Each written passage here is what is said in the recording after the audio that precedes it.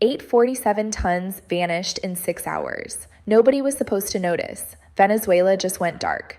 Their silver mines, 12% of global supply, offline. But that's not why prices exploded. The real reason, what moved in those 6 hours before the blackout. Something that wasn't supposed to move.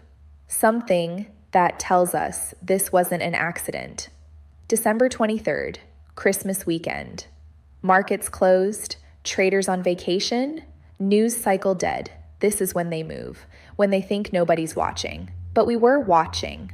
At 2:47 a.m., Caracas time, 3 cargo planes departed Simon Bolivar International Airport. Destination, Miami. Cargo manifest, mining equipment. Here's the problem. Mining equipment doesn't weigh 847 tons. Mining equipment doesn't require armed escort to the tarmac. Mining equipment doesn't get loaded in the middle of the night when airports are closed. 847 tons loaded in 47 minutes. That's 18 tons per minute. 300 kilograms per second, moving from secure storage to aircraft cargo holds. You don't move mining equipment that fast. You don't move it in darkness. You don't move it with military precision and zero documentation trails. But you do move silver that way. You move precious metals that way when you're evacuating strategic reserves before a crisis hits. Let me put this in perspective. 847 tons equals approximately 27 million troy ounces of refined silver. That's roughly 15% of Venezuela's entire annual production. More silver than most countries produce in 2 years, loaded onto planes 6 hours before the mines went offline. But here's where it gets darker. Those 847 tons weren't random. Our analysis of Venezuelan production data shows that 847 tons represents the exact amount of refined silver that should have been sitting in Venezuela's central bank vaults as strategic reserves. Every sovereign nation keeps strategic metal reserves: gold, silver, platinum, insurance policies against currency collapse, emergency assets for times of crisis. Venezuela's strategic silver reserve was estimated at 850 tons as of December 2024. 3 tons remained in the vaults. 847 tons departed on those flights. This wasn't equipment evacuation. This was complete liquidation of Venezuela's sovereign silver reserves. The timeline tells the story. 2:47 a.m., 3 aircraft begin loading operations. 3:15 a.m., Venezuelan military establishes perimeter around cargo terminals.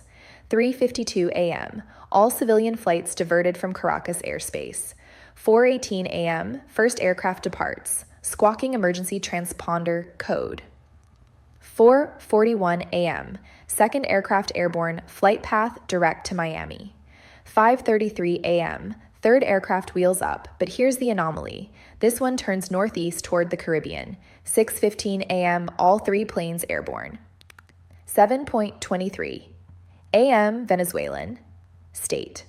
Television goes silent. 8:41 a.m., power grid failures cascade across Zulia province. By 12:45 p.m., government declares national mining emergency. But here's what they didn't announce. At 1:17 p.m., exactly 32 minutes after the mining emergency was declared, silver futures in New York jumped 7.8%, not gradually, in 4 minutes. A violent, explosive move that triggered trading halts across multiple exchanges. Someone knew. Someone was positioned. Someone was ready for this exact sequence of events. The market doesn't move like that on news. The market moves like that on information. Information that travels faster than headlines. Information from inside the operation itself. Because this wasn't just about moving silver. This was about timing the market. This was about positioning before the crisis hit. In the 72 hours before the Venezuelan blackout, silver call options volume increased by 2,847%, not 284%. 2,847%. Someone was buying massive quantities of leveraged bets that silver would spike violently upward. Average trade size, $47 million per position. These weren't retail investors. These were institutional players with inside information. But it gets worse. The options weren't just calls, they were specifically calls with strike prices at $73, $77, and $82. Those weren't random numbers, those were target prices. Price levels someone knew the market would hit after the Venezuelan operation was complete. And they were right. Silver touched 73.40 on the day of the blackout, hit 77.15 2 days later, peaked at 82.77 exactly 1 week after the Venezuelan mines went dark. This wasn't market speculation. This was insider trading on geopolitical intelligence. This was monetizing a crisis that someone had advanced knowledge about. Those 3 cargo flights weren't the only metal moving that night. Flight tracking data shows a pattern that should terrify anyone who understands how the silver market works. Between midnight and 6:00 a.m. Caracas time, 11 aircraft departed Venezuelan airspace. Not my 3, 11.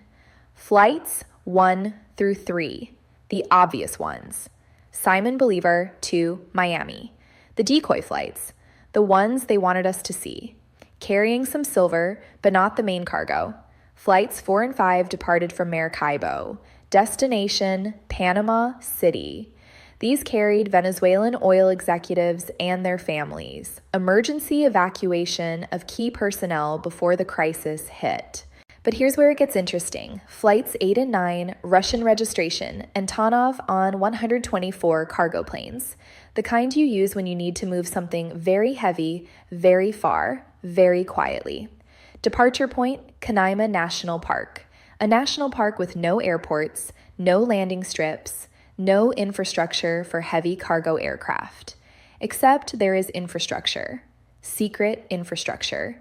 Military infrastructure that doesn't appear on civilian maps. Underground storage facilities connected to the Venezuelan silver mining network. These Russian flights didn't just carry silver, they carried accumulated production from Venezuelan mines that had been diverted from international markets for the past 18 months. Silver that should have been sold to industrial users. Silver that was instead stockpiled in underground facilities, waiting for this exact moment. Our estimates based on cargo weight and aircraft capacity suggest these 2 flights carried approximately 1,200 tons of refined silver. That's 38 million ounces, more silver than Peru produces in an entire year. Flights 10 and 11, here's where the story becomes a geopolitical nightmare. Chinese registration. Cargo aircraft operated by Costco Shipping, the state-owned conglomerate that moves strategic materials for the Chinese government. Departure point, unknown. Destination, unknown. These flights disappeared from civilian radar immediately after takeoff. Military aircraft, military cargo, military secrecy. The Chinese weren't just observing the Venezuelan operation, they were participating, coordinating with the Russians to extract maximum silver reserves before the crisis hit. This is state-level resource warfare, economic espionage disguised as humanitarian crisis response. 2 flights went to Moscow, Russian registration, Antonov and 124s. But the Moscow flights weren't direct, they made strategic stops. First stop, Minsk, Belarus. Officially, a refueling stop. Unofficially, a transshipment point, where Venezuelan silver gets repackaged, relabeled, and distributed across the former Soviet sphere. Second stop, Astana, Kazakhstan. The heart of the Eurasian Silver Processing Network. Final destination, Moscow, the Russian strategic metal reserve complex. Underground facilities where silver joins gold, platinum, and other strategic materials in vaults designed to survive nuclear war. Someone emptied the Venezuelan silver reserves before the crisis hit. Someone with access to state-level logistics. Someone with authority to move strategic materials across international borders without customs interference. Someone who knew exactly when the lights were going to go out. This wasn't a natural disaster. This was controlled demolition of the Venezuelan mining sector, timed to maximize resource extraction and market manipulation. The Venezuela story is just the surface. The real crisis? What this shortage reveals about the global silver market. Because when 12% of annual supply disappears overnight, the remaining 88% becomes visible. And what we're seeing in that remaining supply is a system on the verge of total collapse. Global silver mine production peaked in 2016 at 886 million ounces. Since then, production has been declining every year. Not gradually, precipitously. The decline is accelerating. The peak is behind us. The easy silver has been mined. What remains requires deeper shafts, more complex extraction, higher energy costs. But demand? Demand is exploding. Solar panel manufacturing consumed 185 million ounces in 2024. That's 22% of total global mine production flowing into a single industrial sector. And that sector is growing at 35% annually. Electric vehicle production consumed 61 million ounces. Traditional vehicles use about 20 grams of silver. Electric vehicles use 200 grams. That's a tenfold increase per vehicle. The deficit is real. The shortage is mathematical. Annual demand is now running at 1.1 billion ounces. Annual supply is falling toward 800 million ounces. The deficit, 300 million ounces and growing every year. What happened in Venezuela didn't create the crisis. It exposed it. It accelerated it.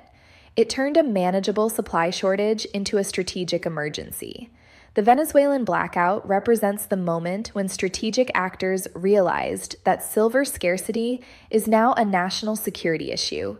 It represents the beginning of resource hoarding at the state level. It represents the end of the free market in strategic metals. Because those planes that left Caracas weren't heading to random destinations.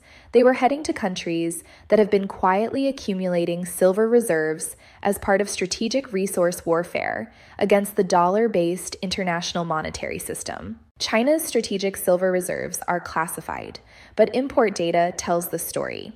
In 2024, China imported 247 million ounces of silver. That's 30% of global mine production flowing into a single country. But here's the crucial detail. China's industrial silver consumption is only 180 million ounces annually. Where is the extra 67 million ounces going? Into state reserves, into strategic stockpiles, into underground facilities designed to survive economic warfare. Russia's silver reserves, also classified. But Russian silver exports dropped to near zero in 2024, despite mine production remaining constant at 45 million ounces annually. Where is that metal going? Into state vaults, into strategic reserves, into the same underground storage facilities where they keep their gold. Russia understands that silver is money, real money, money that can't be printed, money that can't be sanctioned, money that maintains value when fiat currencies collapse. The Venezuelan silver is gone. It's not coming back. Those mines will eventually restart.